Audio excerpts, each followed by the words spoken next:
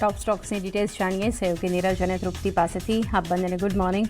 Neeraj, Stokes પર નજર કરીએ, ક્યાંથી શરૂઆત? જી, આજે શરૂઆત તો આપણે નિફ્ટીની કંપની ટાટા સ્ટીલથી જ કરીએ। જુઓ, ગઈકાલે આપણને માર્કેટ બંધ થયા બાદ પરિણામ આવતા દેખાયા હતા અને પરિણામમાં એવી કોઈ બહુ મોટી નિરાશા નથી। અનુમાન મુજબના ઓલમોસ્ટ દરેક આંકડા આપણને રહેતા જોવા મળ્યા છે। સૌથી પહેલાં નફાની વાત કરીએ તો જુઓ, નફો ખાલી એક એવો છે કે જે અનુમાન કરતાં થોડોક ઓછો રહ્યો છે 2318 કરોડ પર, પરંતુ રેવન્યુની અંદર જુઓ 14.5% વધારો છે યર ઓન યર બેઝિસ પર અને અનુમાન કરતાં સારો આંકડો છે। એબિટાની અંદર પણ જો ઓલમોસ્ટ 25% વધારો આપણને જોવા મળી રહ્યો છે। ત્યાં પણ જે આંકડો છે અનુમાન કરતાં સારો રહેતો જોવા મળી રહ્યો છે અને માર્જિન 14%થી વધીને 15% પર રહ્યા છે। ઓલમોસ્ટ અહીંયાથી માર્જિન 16% પર રહેવાનું અનુમાન હતું, પરંતુ એની સામે 15.24ની આજુબાજુ રહેતા જોવા મળ્યા છે, જે વધ્યા તો છે પરંતુ અનુમાન જેટલા નથી વધ્યા, એટલે એના પર એક ચોક્કસથી તમારે ધ્યાન આપવાનું છે। જોકે અહીંયા બુક્સ પર એકવાર 350 કરોડ જેટલાની એકવારની ખોટ છે, એટલે એના પર એક ખાસ ધ્યાન રાખવાનું। પરંતુ મહત્ત્વની વાત કે અહીંયાથી હજી પણ કંપનીએ લગભગ 4.8 મિલિયન ટન પર એનમની જે કપાસિટી છે એ વધારવા માટેની મંજૂરી આપી છે, એટલે લગભગ 34,000 કરોડનો એક મોટા કેપેક્સને મંજૂરી મળતી દેખાય છે બોર્ડ પાસેથી। એટલે એના પર એક ચોક્કસથી નજર રાખવાની રહેશે કે એ કઈ રીતે પ્લે આઉટ થાય છે અને ખાસ કરીને કંપની આ અંગે શું વધુ સ્પષ્ટતા અહીંયાથી કોલની અંદર આપણને આપતી દેખાય છે। અને જો પરિણામો ઓલમોસ્ટ સારા છે, કોઈ બહુ એવા મોટા નબળા નથી। અને આપણે જે Q1 અપડેટ જોઈ હતી એમાં પણ જોયું હતું કે ઇન્ડિયન બિઝનેસ એટલે ભારતીય બિઝનેસ જે છે એ સારો અહીંયાથી ગ્રોથ થતો જોવા મળી રહ્યો છે। એટલે ચોક્કસથી આજે કદાચ થોડી ઘણી પોઝિટિવ ઇમ્પેક્ટ અહીંયાથી આપણને આવતી દેખાઈ શકે। ટાટા સ્ટીલ પર નજર રાખજો આજના દિવસે। બીજી તરફ તમારે ધ્યાન રાખવાનું છે સ્વિગી પર। જુઓ, પરિણામો આવતા દેખાયા અને પરિણામો ખાસ કરીને થોડા સારા છે। યર ઓન યર બેઝિસ પર જો ખોટ થોડી ઓછી થઈ છે, ગયા વર્ષે 1197 કરોડની ખોટ હતી જે ઘટીને આ વખતે 791 કરોડ પર રહી છે। રેવન્યુ 37% જેટલા આપણને વધતા દેખાય છે, પરંતુ એબિટા લોસની અંદર પણ થોડો ઘટાડો થયો છે। 945 કરોડથી ઘટીને 650 કરોડ પર અહીંયાથી આપણને આવતો જોવા મળ્યો છે। ફૂડ ડિલિવરી જેનો જે ગ્રોથ છે લગભગ 17.5%ની આજુબાજુ છે, જે 18થી 19%નો અનુમાન હતો, એટલે ઓલમોસ્ટ અનુમાનની નજીક ત્યાં પણ છે। અને ઇન્સ્ટામાર્ટનો જે નેટ ઓર્ડર વેલ્યુ છે એમાં પણ લગભગ 39%નો વધારો છે, જે પણ 40થી 50%નું અનુમાન હતું, એટલે ઓલમોસ્ટ અનુમાનની આજુબાજુના પરિણામો રહેતા જોવા મળ્યા છે। કોઈ બહુ વધારે નિરાશા અહીંયાથી નથી, એટલા માટે જુઓ બ્રોકરેજ પણ થોડાક અહીંયાથી બુલિશ જેવા દેખાઈ રહ્યા છે। નોમુરા બાયકોલ આપી રહ્યું છે 435ના ટાર્ગેટ આપી રહ્યું છે। એમનું કહેવું છે ફૂડ ડિલિવરી બિઝનેસ એક સ્ટેડી પાથ પર છે, એટલે એના પર ધ્યાન રાખવાનું। CLSએ ડાઉનગ્રેડ કરીને હોલ્ડિંગનું રેટિંગ આપ્યું છે, ટાર્ગેટ કાપીને 318ના કર્યા છે। એમનું ખાસ કરીને કેવું છે કે અહીંયાથી જે કન્ઝ્યુમરને કન્ફ્યુઝિંગ કરવાની સ્ટ્રેટેજી છે એ થોડીક બદલાઈ છે। બીજી તરફ મેકવાયરી અંડર પરફોર્મ કરી રહ્યું છે, 230ના ટાર્ગેટ તેઓ આપી રહ્યું છે। એમનું કહેવું છે કે જે ઇન્સ્ટામાર્ટના એબિટા પોઝિટિવ બ્રેકઇવનની ટાઈમલાઈન છે એ થોડીક અહીંયાથી ચિંતાજનક છે, એટલે ધ્યાન રાખજો। પરિણામોમાં એવી મોટી કોઈ નિરાશા નથી, પરંતુ કમેન્ટ્રીને લઈને જે થોડી ઘણી નિરાશા આવતી જોવા મળી શકે છે, એટલે એના પર એક ફોકસ રાખવાનું છે। લગભગ આજના દિવસે આપણને અહીંયા થોડી ઘણી ઘટાડા તરફી કારોબાર જોવા મળી શકે। એનું બીજું કારણ કે અહીંયાથી ઝેપ્ટોનો જે IPO છે એ પણ આપણને થોડોક વિલંબમાં રહેતો દેખાયો છે, અને આની અસર ન માત્ર સ્વિગી પર પરંતુ થોડીક ઇટરનલ પર પણ આવતી દેખાશે।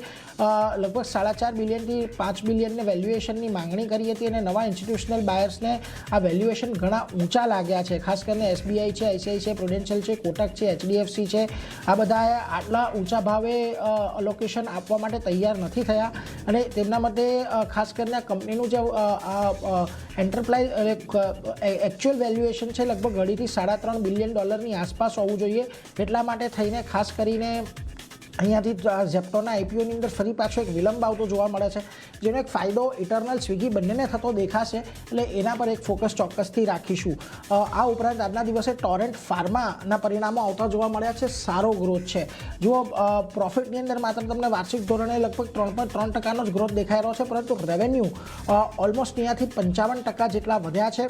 એબિટાની અંદર 61%નો વધારો છે, અને માર્જિન 32.5%થી વધીને 33.8% પર રહ્યા છે, એટલે ખૂબ સારો ગ્રોથ અહીંયાથી છે। અને મહત્વની વાત અહીંયાથી એ પણ છે કે માર્જિન અહીંયાથી આપણને આટલા ઊંચા બેઝ પર પણ ખાસ કરીને વધતા દેખાયા છે, એટલે એના પર એક ફોકસ રાખવાનો। જુઓ, બ્રાન્ડેડ જનરિક્સની અંદર સારો સપોર્ટ છે।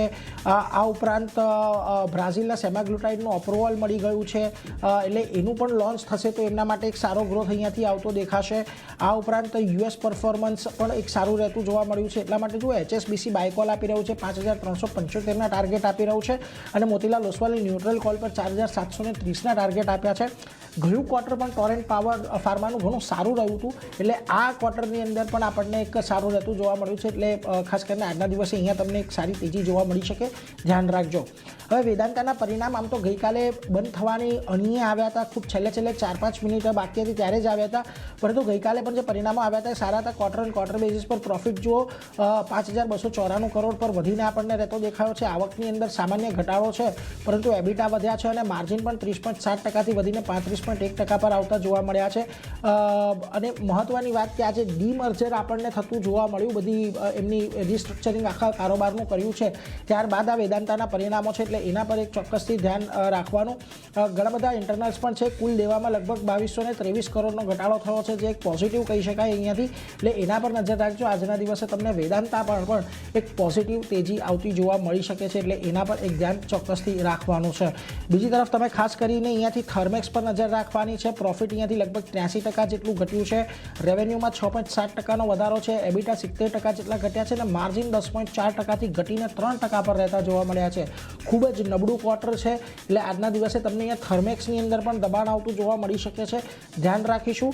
અને જેપી મોર્ગન જો ન્યુટ્રલ કોલ આપી રહ્યો છે, ટાર્ગેટ એમણે કટ કરીને 4335ના આપ્યા છે.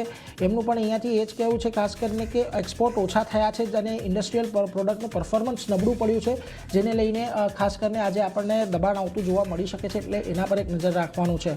છેલ્લે મારા તરફથી મઝગાઉં ડોક પર નજર રાખજો. સારા પરિણામો છે, 21% જેટલા પ્રોફિટ વધ્યા છે, રેવન્યુમાં 12%નો વધારો છે, એબિટા 48% વધ્યા છે અને માર્જિન 11.5%થી વધીને 15.2% પર રહ્યા છે. એટલે દરેક મોરચે અહીંયા પણ સારા પરિણામો છે. ઓર્ડર બુકની સ્થિતિ પણ અહીંયાથી સારી રહેતી જોવા મળી રહી છે મઝગાઉં ડોક માટે. અને 1-2 દિવસ પહેલાં જ એક નિવેદન આવતું દેખાયું હતું જર્મનીના એક અધિકારીનું કે થોડા સમયની અંદર જ ભારત અને જર્મની વચ્ચે સબમરીનની ડીલ ફાઇનલ થતી જોવા મળી શકે છે, જેનો એક બહુ મોટો ફાયદો આ કંપનીને પણ આવનારા દિવસોમાં થવાનો છે. એટલે એના પર એક ફોકસ રાખવાનો. જો કે એને લઈને કોઈ તેજી આજે તમને જોવા નહીં મળે, પરંતુ પરિણામો જે સારા છે એને પગલે આજે તમને એક સારી તેજી જોવા મળી શકે છે, એટલે એના પર એક ફોકસ તમે રાખજો. એટલે ઓલમોસ્ટ ટાટા સ્ટીલ છે, સ્વિગી છે, મઝગાઉં ડોક છે, એ બધા પર પોઝિટિવ, જ્યારે થર્મેક્સ પર આજે થોડુંક નેગેટિવ ઇમ્પેક્ટ આપણને ચાંદની આવતું જોવા મળશે. પરંતુ તૃપ્તિ આ સિવાય પણ ઘણા બધા પરિણામો ખાસ ક્યાં નજર શરૂઆત હું AWL એનર્જી બિઝનેસથી કરીશ. તો અહીંયા પણ આગળ જો પરિણામના ફ્રન્ટ પર નજર કરશો તો વાર્ષિક ધોરણે નફો લગભગ અહીંયા આપણને 48% અહીંયા વધતો જોવા મળી રહ્યો છે. આવકના ફ્રન્ટ પર નજર કરીએ તો લગભગ 17.5% આવક આપણને વધતી જોવા મળી છે અને 20,048 કરોડ પર અહીંયા આપણને આવકનો આંકડો અહીંયા જોવા મળી રહ્યો છે. એબિટાના ફ્રન્ટ પર નજર કરશો લગભગ અહીંયા 89.5%નો અહીંયા આપણને એક ઉછાળો જોવા મળી રહ્યો છે. લગભગ 693 કરોડ પર આપણને એબિટાના નંબર્સ અહીંયા જોવા મળી રહ્યા છે. માર્જિનના ફ્રન્ટ પર નજર કરીએ તે પણ ખૂબ જ પોઝિટિવ છે. 2%ની સામે લગભગ 3% પર આપણને માર્જિન વાર્ષિક ધોરણે આવતા જોવા મળી રહ્યા છે. ત્યારબાદ નજર બની રહી છે એ છે ચંબલ ફર્ટિલાઇઝર પર. અહીંયા થોડાક કહી શકાય કે થોડા નેગેટિવ નંબર્સ છે. કંપનીનો વાર્ષિક નફો તમે જોશો તો લગભગ અહીંયા 4.5% ઘટ્યો છે. આવકના ફ્રન્ટ પર લગભગ 12%નું આપણને દબાણ જોવા મળી રહ્યું છે. એબિટાના ફ્રન્ટ પર મામૂલી ઉછાળો છે, 12% આપણને એબિટા વધતા જોવા મળે છે. 851 કરોડ પર આપણને એબિટા વાર્ષિક ધોરણે આવતા જોવા મળી રહ્યા છે. માર્જિનના ફ્રન્ટ પર નજર કરશું ત્યાં 13.3%ની સામે 16.9% પર આપણે માર્જિન્સ આવતા જોવા મળ્યા છે. નો ડાઉટ ઘણા સમયથી આ કાઉન્ટર જે થોડું દબાણમાં કારોબાર પણ કરી રહ્યું છે, આજે થોડા મિશ્ર પરિણામ આવી રહ્યા છે, તો જોવાનું રહેશે કે માર્કેટ આને હવે કેવી રીતે રિએક્ટ કરે છે. ત્યારબાદ નજર કરીએ આરટી ઇન્ડસ્ટ્રીઝ પર. અહીંયા પણ ખૂબ જ શાનદાર નંબર્સ જોવા મળે છે. સૌથી પહેલાં આગળ જો નફાના ફ્રન્ટ પર નજર કરીએ તો 43 કરોડની સામે 155 કરોડનો અહીંયા આપણને નફો અહીંયા જોવા મળી રહ્યો છે. શાનદાર નફો આવ્યો છે.